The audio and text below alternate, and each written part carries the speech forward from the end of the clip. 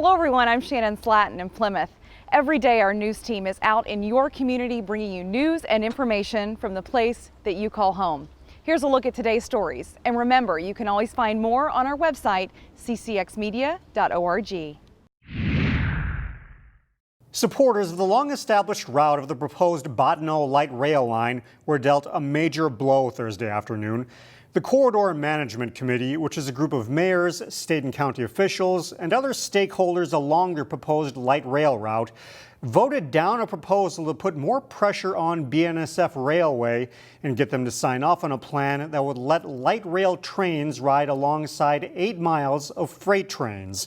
Brooklyn Park Mayor Jeff Lundy was looking for the same help from top government officials on the Bottineau line that the Southwest line received. Frankly, we could have done better as far as a state, as far as marshaling our forces, organizing, and doing what we saw in Southwest, where they went to bat. They actually brought the National Transportation Board in. They actually sued to get things going.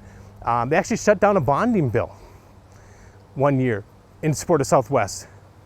Have not seen that. Lundy was one of the local mayors to take part in Thursday's virtual meeting of the Corridor Management Committee. It's the first time that the group has met in more than a year, and the meeting comes nearly 2 weeks after Hennepin County and the Met Council announced they were going to stop negotiations with BNSF and abandon the long-established route of the Blue Line. Some committee members, like Golden Valley Mayor Shep Harris, argued that they haven't exhausted all efforts to persuade BNSF to sign off on the plan. So I'm just wondering what kind of arm twisting measures were used by the Met Council and by the governor, not just phone calls, but have there been legislative efforts? Have there been regulatory efforts in coordination with our friends, our members of Congress as well? However, the Met Council chair says he was part of those negotiations with BNSF, and he claims there wasn't a lack of commitment from state and federal officials. It was simply a business decision by BNSF. After 4 years, not about an individual, not about a crystal connection, not about any particular animosity toward any particular governor, there was a business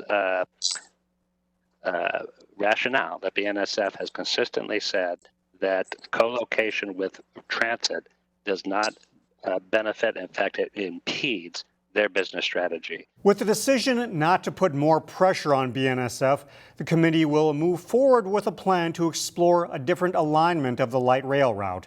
The committee will meet again in October. In the meantime, Golden Valley Mayor Shep Harris issued a statement about his disappointment with the decision. To read that in its entirety, you can go to our website at ccxmedia.org. Delaney Cleveland, CCX News.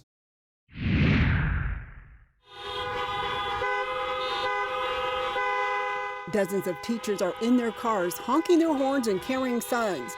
They want to send a message to the school board that they are not happy with the hybrid learning plan, which consists of some in-person learning and some online classes. The demonstrators say the hybrid method puts them at risk for getting COVID-19. Schools shouldn't be fully open until the data matches up with it being safe. And also the schools should be able to be completely providing for safe distancing, PPE, and whatever else. We shouldn't have to deal with like safe enough conditions. The numbers aren't there yet. It's not low enough. Like today is Thursday and the cases were almost at 700. Mm-hmm. Are you not prepared? Are the schools not prepared to clean and sanitize? Honestly, I'm not super aware of how prepared they are because there hasn't been a whole lot of communication with us about what's happening with that. I know that with hybrid model, it would be roughly half the kids minus the ones that are in distance learning academy that would be in the schools. And I know for me personally in my high school, that would equal still about 1,000 students. And you know, when the school board is still meeting virtually to vote, it seems a little not quite lining up to be meeting in the school then with that many people. Okay, what would you say to people who say, you know, children really aren't at risk for getting this and that, you know, in-person learning is the best for kids? What would you say to that? I would say that, the data really isn't fully there because school has been out. So kids haven't been exposed the way that they will be in schools. We've seen many cases now that school has been back in session down in Georgia and whatnot of them rising. And many parents might feel like in-person learning is best for their students, and that is very likely true. But safety always has to come first. Safety, the lives of the students, of us, always have to come first. And so if we need to make up learning, hopefully a little later in the year, we can, but we need to focus on being safe right now. The superintendent also sent us a statement. In part, it says, "We know we will need to be nimble and prepared to pivot among the 3 safe learning scenarios throughout the year, based on virus activity and state guidance.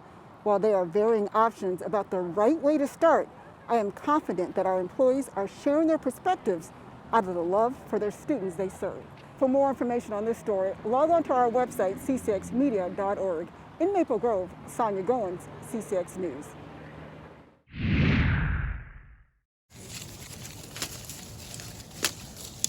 We're eating the invasive species, the buckthorn, the honeysuckle, the garlic mustard. This is how people would manage land maybe a couple hundred years ago. Stopped doing that since, civilization happened, and we've got a lot of colonial invasive species, as you can see, and this is just one way of dealing with it, but, old new technology, so. I love this. I love seeing nature in action. They get up super early in the morning and they go all day. They eat so fast, I was afraid they'd be gone before I'd get here. Yeah. Hopefully we can get the go-ahead to do more projects like this in the future. Find more local news stories at ccxmedia.org and follow us on social media.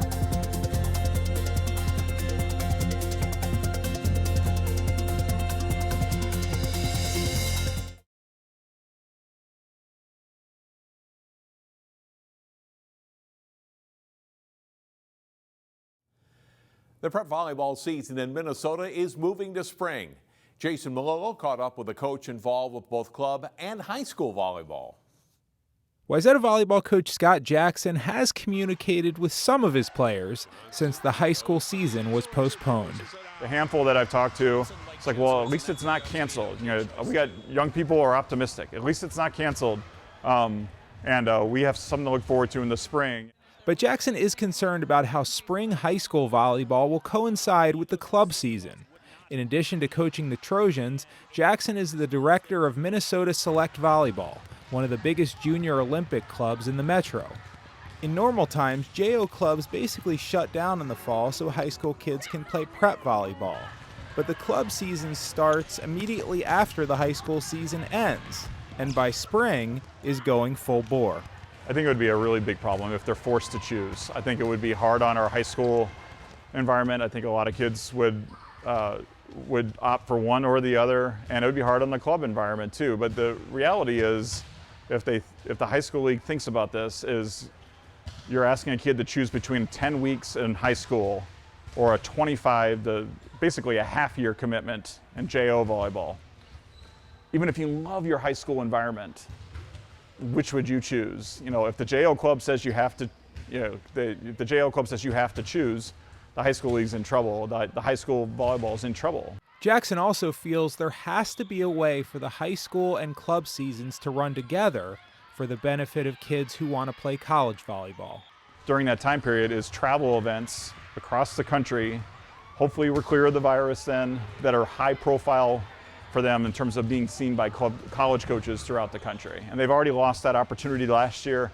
It's a big ask to ask them to lose it again. But again, I'm running one of these clubs in Minnesota Select. I believe I can build a schedule that gets my kids seen around the proposed high school season to a great degree.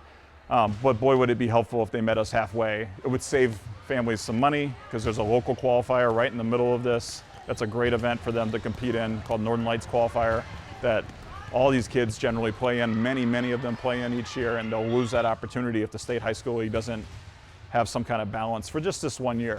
What really matters is the well-being of student athletes.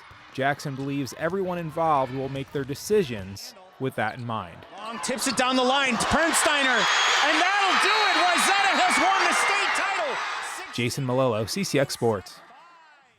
While volleyball is a no-go for fall, high school soccer teams will be back on the field. Jay Wilcox has more. It was touch and go last week for local high school soccer players and coaches. Would there be a fall season during COVID-19?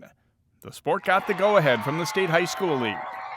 Super excited that we're going to get a chance to at least play. There's a lot of questions that we don't know yet, especially for us being defending state champs. The question of, are we going to even have an opportunity now with the chance that there maybe is no postseason tournament? Don't know what the games are going to look like, don't know when we can officially start, but we do know that we can get things going on the 17th, so we're excited about that. Very thankful that the kids are going to get the opportunity to play, especially the seniors. That's big one for them. Feel bad for volleyball, football, that they're not getting the opportunity, but hopefully everything will work out and they'll get the chance in the spring. While club soccer was largely shut down early in the pandemic, more activity was allowed by midsummer. I coach club soccer team. We started with some pod stuff and some training early on. That went really, really well, and then as the governor turned the dial up, we were able to do some competition within the club, and everything's gone really, really well. The high school season won't look the same, with no scrimmages allowed on a shortened schedule. Coaches are scrambling to learn details, but the main point is there is a season. Thanks, Jay. That's all for sports. I'm John Jacobson.